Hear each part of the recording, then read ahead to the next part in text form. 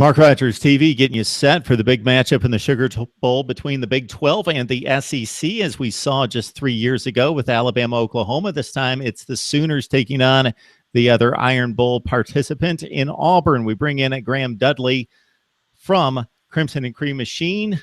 Graham, we appreciate the time. Absolutely, Mark. Thanks for having me on again. Before we talk about the football game on January 2nd, let's talk about the Joe Mixon situation. Obviously, this has been the talk of college football for the past couple days. It's a situation that stems back to 2014. So why is it such a big deal now? Well, people can actually see the issue and the altercation on videotape. Mm-hmm. I'll give you my quick tape because you're going to have definite insight into it that I don't.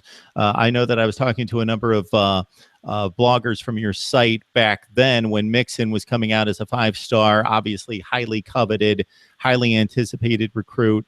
And this incident took place before he ever hit the field, I believe, and he was suspended for the 2014 campaign.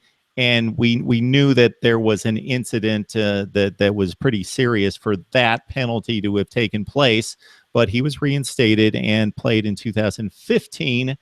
And now we finally see the videotape, so it's become a story again where it had one point been dealt with and been a thing of the past. And based on what I know, Mixon has righted the wrong in a sense in regards to not having other transgressions since then. The timing of this video release really didn't do the Oklahoma program any favors. It didn't do Joe Mixon any favors.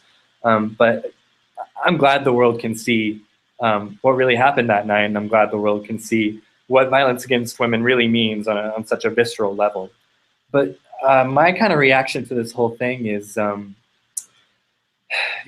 we have had a lot of details about this incident ever since the night that it happened, or when the news broke and when Joe Mixon was suspended. There was never any ambiguity as to what happened that night in terms of the really consequential thing, which was that he punched a woman in the face and broke her jaw.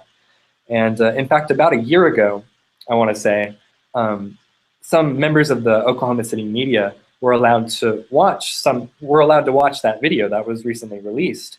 And a lot of them tweeted or wrote articles describing exactly what happened in the video.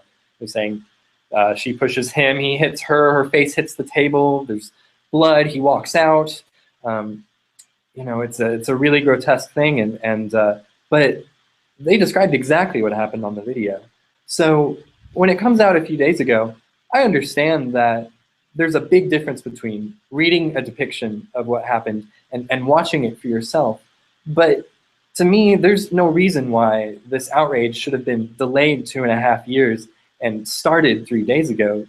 We've known these details for a very long time. And in my personal opinion, reasonable people can disagree over whether a year-long suspension is sufficient punishment for something like that. People say, if he was a 3-star, does he get treated the same way? I think that's a legitimate criticism. But, reasonable people can disagree about that. But to have this reaction be delayed until now, I think is missing the point, because we've known the facts this entire time. So I think it's good that Joe has had the opportunity to do better. And other than ripping up a parking ticket this past season, as far as we know, his behavior has been very good. But as you heard Bob Stoops say in his press conference yesterday, he would do things differently if confronted with that situation now. So a lot of things to take into account. And I think that, again, there's a discussion to be had over the acceptable punishment on that. And I think most people have come to the conclusion that if that were to happen again, he just wouldn't be given that second chance. But don't act like we didn't know what happened in that video until 3 days ago, because that's simply not the case.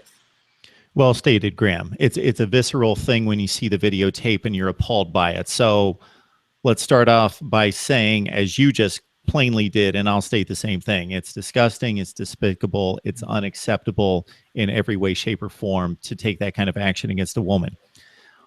Once it happens, even though we can't see it, it was clearly explained, as you just stated. So reasonable people should be able to process what that means to hit a woman that violently to be able to break her jaw. Mhm. So just being able to see it now 2 years later shouldn't elicit any different type of a response. I believe that we don't necessarily deserve second chances, but people need second chances. We all need second chances. So, Mhm. as long as at the time it was stated to Joe Mixon and treated in such a way to say, football is not important right now. You need to show remorse. You need to show that you've changed. You need to be a better person. You need to do that academically. You need to do that as a person who is civil. You need to show us that you understand what you've done is completely unacceptable. Then we'll get to football at some point. And a year, is that long enough, too long, whatever it is? I'm not going to make the judgment on that. I've also heard it stated that, yes, we should give people a second chance, but that needs to come somewhere else. Mhm. That player in that type situation needs to be dismissed from that program. And hey, he can pick up the pieces and show that he's a changed person and do it in another program. And I understand that thought, but I don't think any of these ideas or suggestions are black and white. That's right. That's wrong.